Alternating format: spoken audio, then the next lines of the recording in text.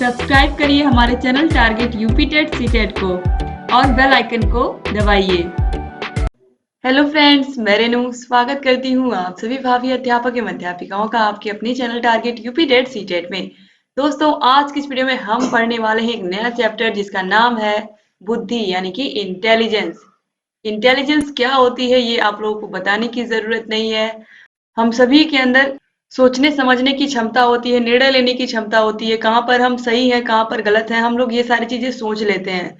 तो यही है बुद्धि, अलग से कुछ भी नहीं है। सिर्फ और सिर्फ आपको ये समझना है कि व्यक्ति के सोचने समझने की जो क्षमता होती है या योग्यता होती है, वही क्या होती है, बुद्धि होती है। अपनी क्षमता अपनी योग्यता के अनुसार ही इंसान क्या करता है, इंसान अलग अलग प्रोफेशन चूज करता है। जैसे कि अगर कोई बच्चा मैथ्स में अच्छा है तो उसने इंजीनियरिंग ले ली, अगर कोई बच्चा बायो में अच्छा है तो उसने मेडिकल कर लिया या वह डॉक्टर बन गया। तो इस तरीके से उसने मेडिकल में एडमिशन लिया और वो डॉक्टर बन गया। तो इस तरीके से जिसके जिस तरीके से सोचने की क्षमता होगी, जिसकी जितनी इंटेलिजेंस होगी, वह उसी प्रकार के पद को प्राप्त कर पाएगा। क्योंकि आप एक सिंपल से स्कूल की बात करूंगी, क्योंकि आप सभी लोग शिक्षक हो तो स्कूल की बात करना यहाँ पर ज्यादा बेटर है। तो उस स्कूल में कोई प्रिंसिपल है, कोई मैनेजर है, कोई डायरेक्टर है, कोई टीचर है, कोई माली है, हाँ, या फिर कोई कह सकते हो आप कोई चपरासी है, प्यून है। तो इस तरीके से जिसकी जितनी योग्यता है उसी के अनुसार उसको क्या मिला है, पद मिला है।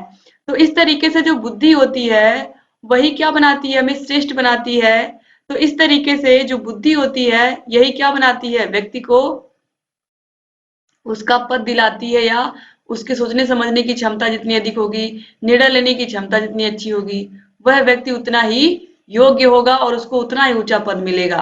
अब देखिए वुडवर्थ के अनुसार, वुडवर्थ ने क्या कहा है, बुद्धि कार्य करने की एक विधि है। बुद्धि क्या है, कार्य करने की एक विधि है। बकिंघम के अनुसार बुद्धि सीखने की योग्यता है। बुद्धि सीखने की योग्यता है, जबकि टर्मन ने क्या कहा है, बुद्धि अमूर्त चिंतन की योग्यता है।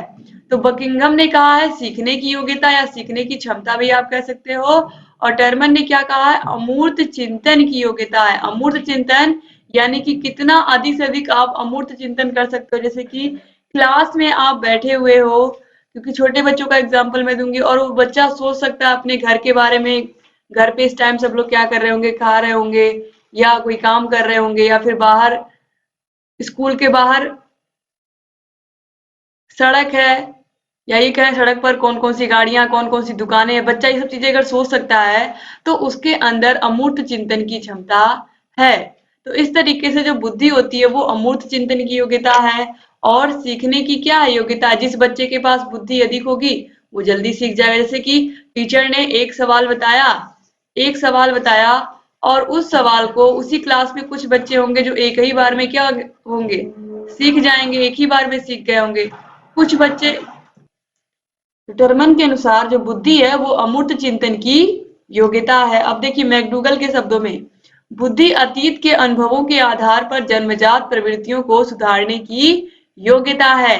क्योंकि अपनी बुद्धि के बल पर ही जो गलतियां हमने की होती हैं, हमें उसका पछतावा होता है, हमें अपनी भूल का पछतावा होता है, और हम ये सोचते हैं कि आगे जो भी गलतियां हमने पीछे की हैं वो आगे हम ना दोहराएं। तो बुद्धि अतीत के अनुभवों के आधार पर, यानी कि जो गलतियां हमने की हैं उसको क्या करते हैं, हम उन प्रवृत्तियों को, उन गलतियों को सुधारने की कोशिश करते हैं। और यह हमें कहाँ से मिलती है, अपनी बुद्धि से, अपनी सोचने समझने की क्षमता से हमें यह प्रेरणा मिलती है कि हमें अपनी गलतियों को सुधार करके आगे बढ़ना है। तो देखिए यह किसने कहा है, मैकडूगल ने कहा है। अब वेस्लर ने क्या कहा है, बुद्धि किसी व्यक्ति के द्वारा उद्देश्यपूर्ण ढंग से कार्य करने, तार्किक चिंतन करने तथा वातावरण के साथ प्रभावपूर्ण ढंग से क्रिया करने की सामूहिक योग्यता है। तो वेस्लर ने कहा है कि जो बुद्धि होती है वो व्यक्ति के द्वारा उद्देश्यपूर्ण ढंग से कार्य करने, यानी कि जब व्यक्ति के पास बुद्धि है, उसके पास सोचने समझने की क्षमता है, तो किसी भी काम को क्या करेगा, व्यवस्थित तरीके से करेगा। वह उस काम को 100% देगा, या फिर ये कहें कि वह कोशिश करेगा कि जिस उद्देश्य के लिए मैं ये कार्य कर रहा हूँ उसमें अपना पूरा 100% दूं और इस कार्य का रिजल्ट अच्छा आए। जैसे कि कोई बच्चा किसी एग्जाम की तैयारी कर रहा है तो पूरी कोशिश करेगा कि मैं पूरे के पूरे नंबर लेकर के आऊं, और उसके लिए बच्चा दिन रात मेहनत कर रहा है, तो उसे उसका उद्देश्य पता है और उस उद्देश्य के लिए मेहनत कर रहा है, चिंतन कर रहा है, पढ़ाई कर रहा है। तो इस तरीके से यहाँ पर देखिए, जो वेस्लर ने कहा है, यहाँ पर स्पष्ट रूप से उन्होंने ये बताया है कि जो बुद्धि होती है वह हम किसी न किसी काम को करने के लिए ही उसका यूज करते हैं, किसी न किसी उद्देश्य की प्राप्ति के लिए ही इसका यूज करते हैं। तो इस तरीके से यहाँ पर इन्होंने बुद्धि को सामूहिक योग्यता कहा है। तो इस तरीके से सामूहिक योग्यता, यहाँ पर बैचलर को आप इस तरीके से विश्व की तरह आप समझ सकते हो। तो विश्व क्या है? विश्व बहुत सारे देशों का समूह है। तो ये बुद्धि को क्या कहा है इन्होंने, बैचलर ने बुद्धि को क्या कहा है? सामूहिक योग्यता कहा है। तो इस तरीके से यहाँ पर याद रखिएगा।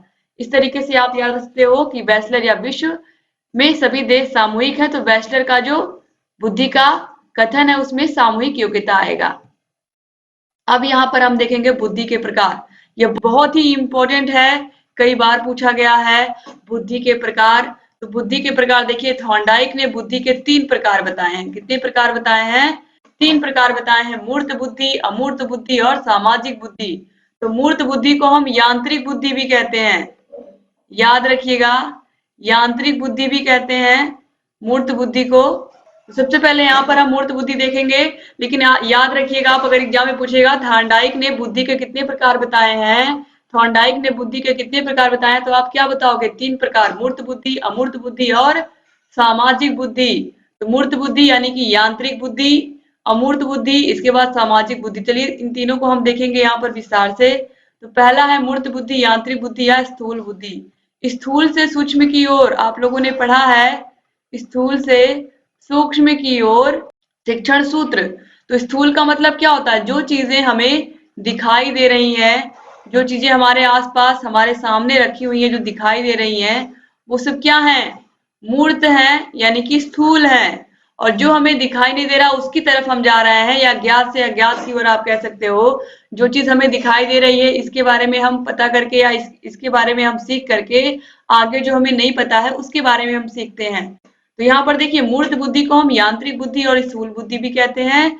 तो इस बुद्धि के जो बालक होते हैं वो मूर्तिकार होते हैं, यानी कि जो मूर्तियां बनाते हैं, चाहे वह दुर्गा पूजा की मूर्तियां हो, या फिर गणेश चतुर्थी की मूर्तियां हो, या फिर हम कह सकते हैं कि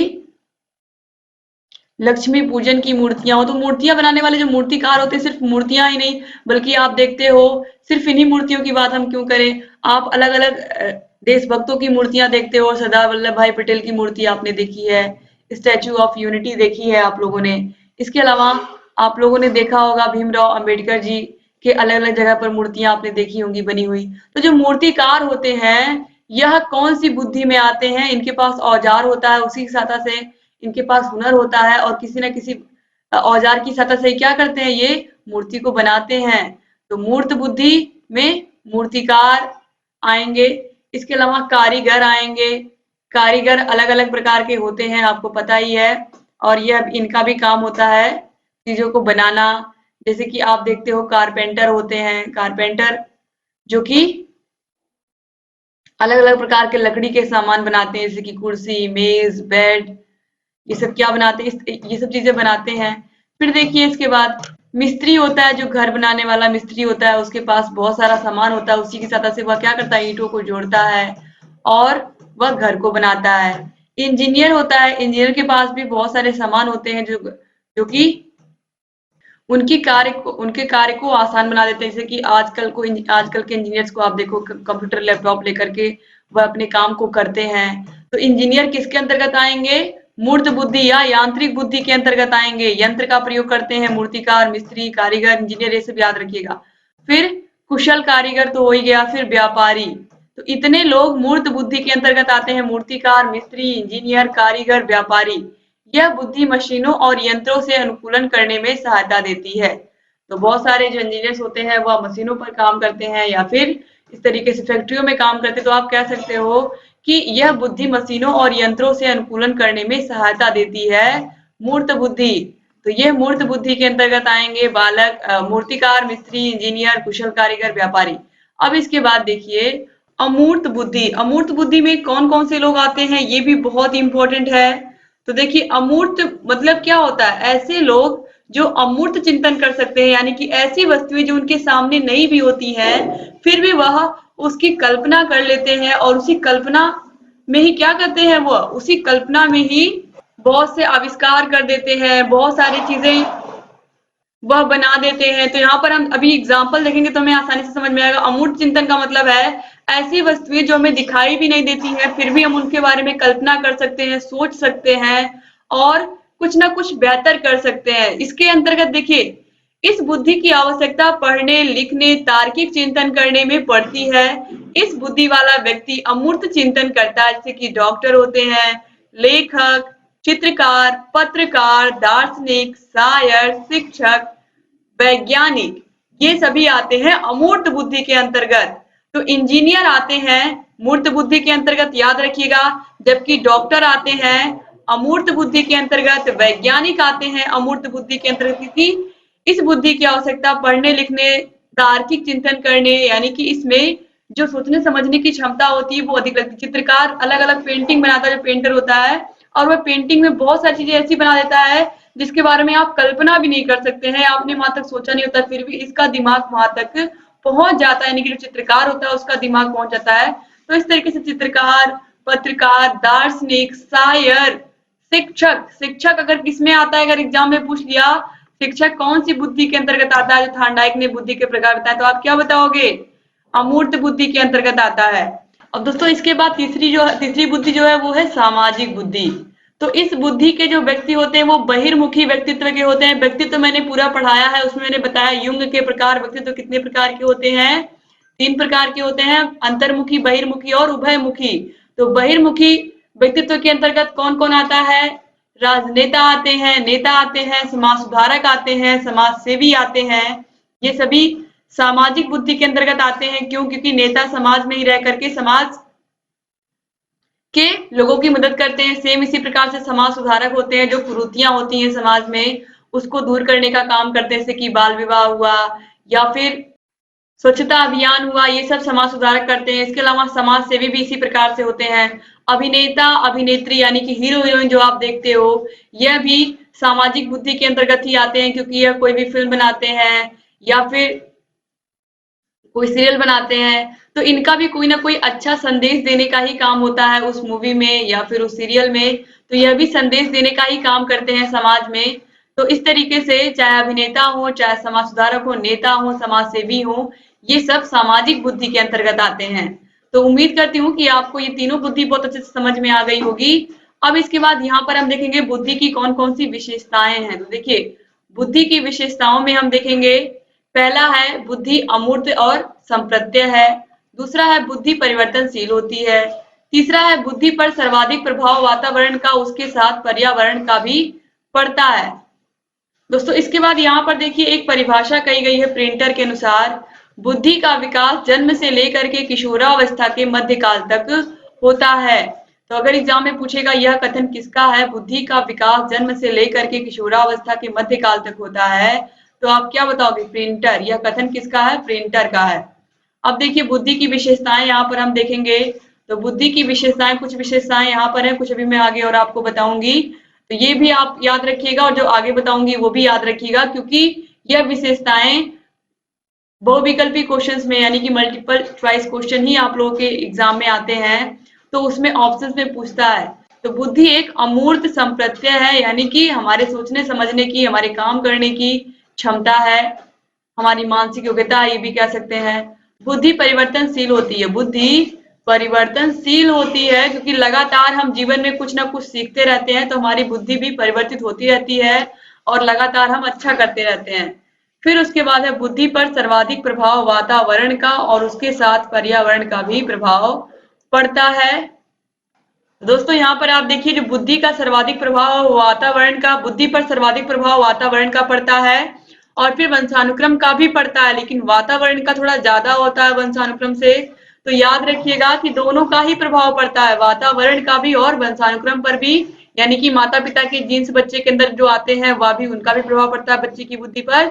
और जो वातावरण, उसके आसपास का माहौल होता है, उसकी मित्र मंडली होती है, उसके आस पड़ोस के लोग होते हैं, उसके रिलेटिव होते हैं, उसके घर परिवार के लोग होते हैं, सभी लोगों का उसकी बुद्धि पर प्रभाव पड़ता ही पड़ता है।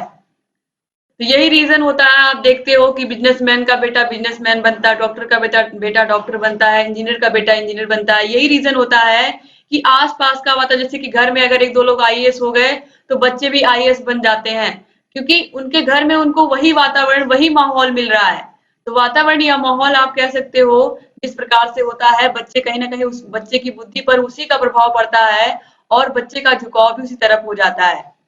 इसके बाद देखिए योग्यता। योग्यता का मतलब है कहीं पर भी हम समायोजन कर सकते हैं। अगर हमारे पास बुद्धि है, हमारे पास क्षमता है, तो किसी भी परिस्थिति में हम क्या कर सकते हैं, व्यवस्थित कर सकते हैं अपने आप को। अधिगम यानी कि हम सीख तभी पाएंगे जब हमारे अंदर सोचने समझने की क्षमता होगी, हमारे पास बुद्धि होगी, तभी तो हम कोई काम सीख पाएंगे। फिर है अमूर्त चिंतन की योग्यता, तो होती ही है बुद्धि, है तो आपको पता ही है। देखिए दोस्तों, इसके बाद कुछ और प्रमुख विशेषताएं हैं बुद्धि की, यहाँ पर इनको भी मैंने मेंशन कर लिया है ताकि कुछ भी छूटने ना पाए। तो देखिए, इसके बाद है बुद्धि जन्मजात शक्ति व योग्यता। अगर एग्जाम में पूछता है तो आप ये बता सकते हैं कि बुद्धि क्या है, जन्मजात शक्ति व योग्यता है, यानी कि जन्म से ही ये मिल जाती है हमें। फिर है बुद्धि एक विकासशील एवं परिवर्तनशील योग्यता है। इसके बाद देखिए, बुद्धि पर वंशानुक्रम व वातावरण दोनों का प्रभाव पड़ता है, ये तो आपने देख ही लिया। बुद्धि में 10 बिंदुओं तक परिवर्तन होता है, एक मानक है 10 बिंदु, यानी कि जो बुद्धि है उसमें लगातार जीवन भर क्या होता है, कुछ ना कुछ परिवर्तन होता रहता है, कुछ ना कुछ नया हम सीखते रहते हैं। इसके बाद देखिए, बुद्धि आयु व परिस्थितियों के अनुसार बदलती रहती है।